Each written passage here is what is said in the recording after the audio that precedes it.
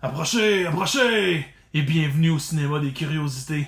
Je suis Stefou le Fou et aujourd'hui je vous parle du film Beyond the Gates. On regarde ça.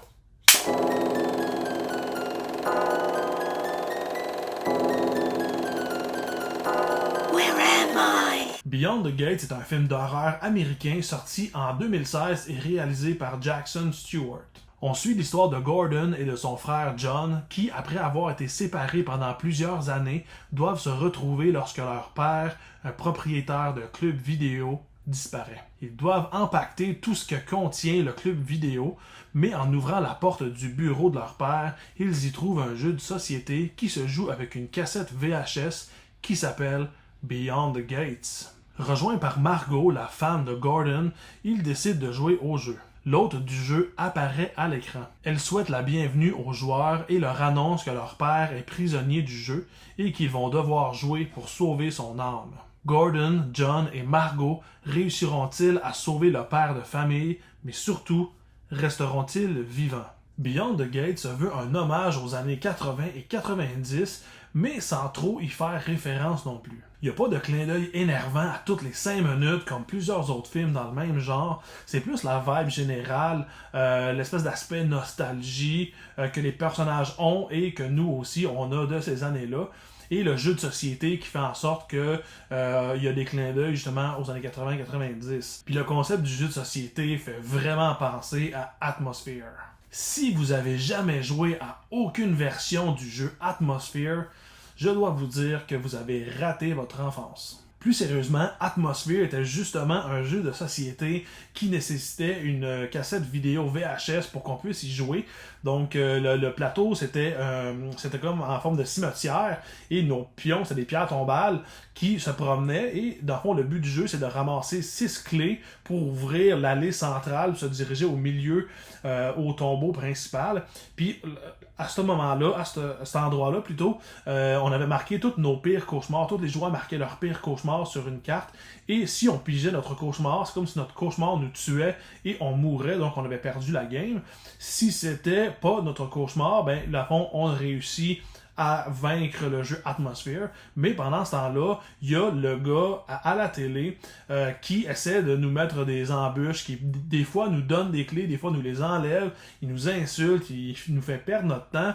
Puis si après 1 heure, la durée du jeu, on n'avait pas réussi à ramasser les 6 clés, eh bien c'était le personnage de la télé qui remportait la partie. Il y avait vraiment plusieurs versions. On a eu le 1 qui était le seigneur des clés, on a eu le deuxième, c'était tous des personnages de légendes à travers le monde. Donc on avait le zombie Baron Samedi qui fait référence au vaudou. On avait la sorcière, pas la sorcière c'était Anne de Chantraine, mais il y avait la vampire Elizabeth Bathory qui est très connue aussi. Son histoire est vraiment très connue à travers le monde. Donc c'était tous des personnages comme ça.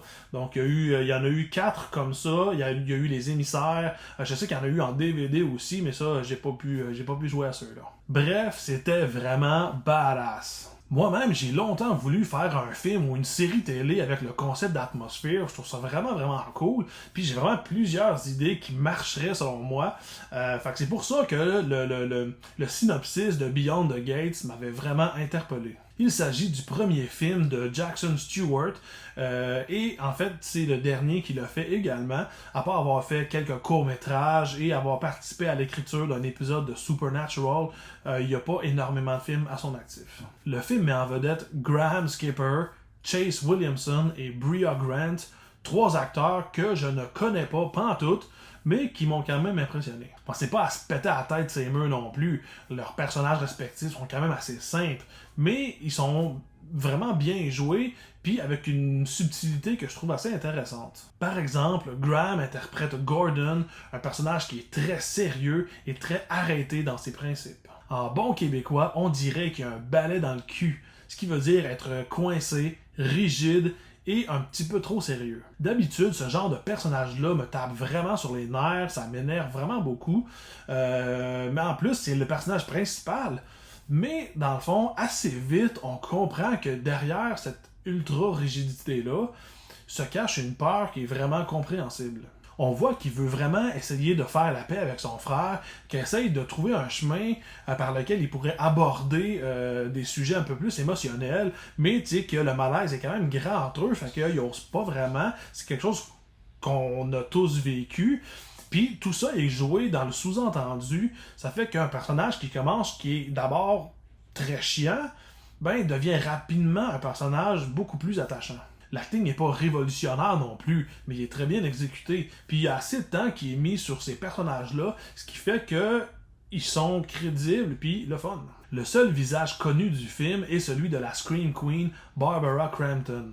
Elle a fait vraiment énormément de films d'horreur depuis des années, mais elle sera toujours reconnue pour son rôle de Megan dans l'excellent film Reanimator. Son rôle de maître de cérémonie est vraiment intéressant, mais elle sort jamais de la télé pour interagir directement avec les personnages. Puis ça, même quand les personnages entrent dans le jeu. Donc, c'est un petit peu dommage, mais bon, je comprends que c'était une petite production, puis qu'il n'y avait pas l'argent pour la payer plus que les très brèves apparitions qu'elle a. Mais en même temps, il y a comme une espèce de bizarreté, si je peux dire, que on voit que le personnage du père a une photo dans un cadre de ce personnage-là, mais c'est jamais expliqué pourquoi. Fait que, tu sais, il y a un petit peu aussi des problèmes scénaristiques. Il y a beaucoup de gens qui ont dit que le film est un peu une espèce de Jumanji version horreur. Je comprends parce que, tu sais, c'est lié avec le jeu de société qui a une influence sur la vraie vie. Mais je suis quand même plus ou moins d'accord parce qu'en termes de structure narrative, c'est pas du tout pareil, puis il n'y a pas d'autres éléments autres que le jeu de société qui peut être une comparaison avec le film Jumanji. Si vous voulez voir un film d'horreur vraiment plus proche des règles de Jumanji, écoutez plutôt The Dark Waters of Echo's Pound avec Daniel Harris, Robert Patrick et les jumelles folles de Machete, Elise et Electra Avalon.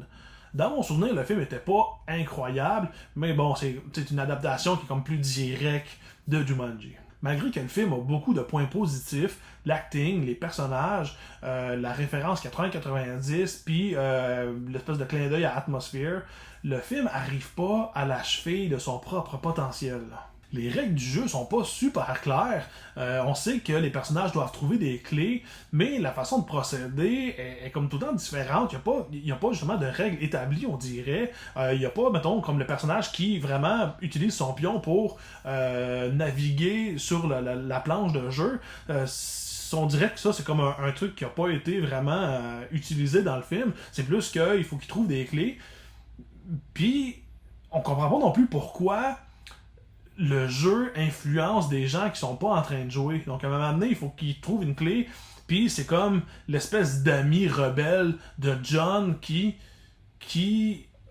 a, mettons, les dommages, qui se fait attaquer, mais comme pourquoi lui il est pas en train de jouer, pourquoi ça influence des gens qui sont pas en train de jouer directement, c'est pas vraiment clair. Si ton film repose sur le concept du jeu de société, puis qu'on comprend pas les règles, t'as un très gros problème. Un autre gros problème, c'est le fait que les personnages principaux repoussent tout le temps le fait de jouer, que ce soit de commencer ou de continuer la partie, même quand ils apprennent que leur père est prisonnier du jeu et qu'eux-mêmes vont être prisonniers s'ils ne jouent pas. On n'a pas le sentiment d'urgence. Ils commencent la partie, puis après ça, ils s'arrêtent, puis ils vont dormir, puis ils recommencent la nuit d'après, mais ils changent d'idée finalement, puis ils retournent dormir, puis ça fait comme ça plusieurs fois dans le film, ce qui fait que la vraie partie commence très tard. Ça commence à peu près à 1h du film, puis le film dure 1h22. Donc, ça n'a aucun sens scénaristiquement de repousser ce qui fait le cœur de ton propre film. Au début, je me disais que peut-être qu'ils font tarder l'événement de rentrer dans le jeu parce que l'autre monde devait avoir, mettons, des gros décors intenses ou des créatures ou des affaires, vraiment fucking cool. Mais justement, que vu que c'était une petite production, peut-être qu'il n'y avait pas la place, ni le temps, ni l'argent d'utiliser ces moments-là extrêmement souvent. Donc peut-être que je me disais, ils attendent, puis quand on va arriver dans l'autre monde, la finale va être complètement malade. Mais non. Une fois dans le jeu, On se rend compte qu'en fait, ils sont dans la même maison, mais avec une direction photo différente. Fait que dans la réalité, la direction photo est normale, c'est comme la lumière du soleil ou de la lune, mais dans l'autre monde, on a vraiment une image qui est très colorée, du style mauve, rose, bleu, qui fait penser vraiment à années 80.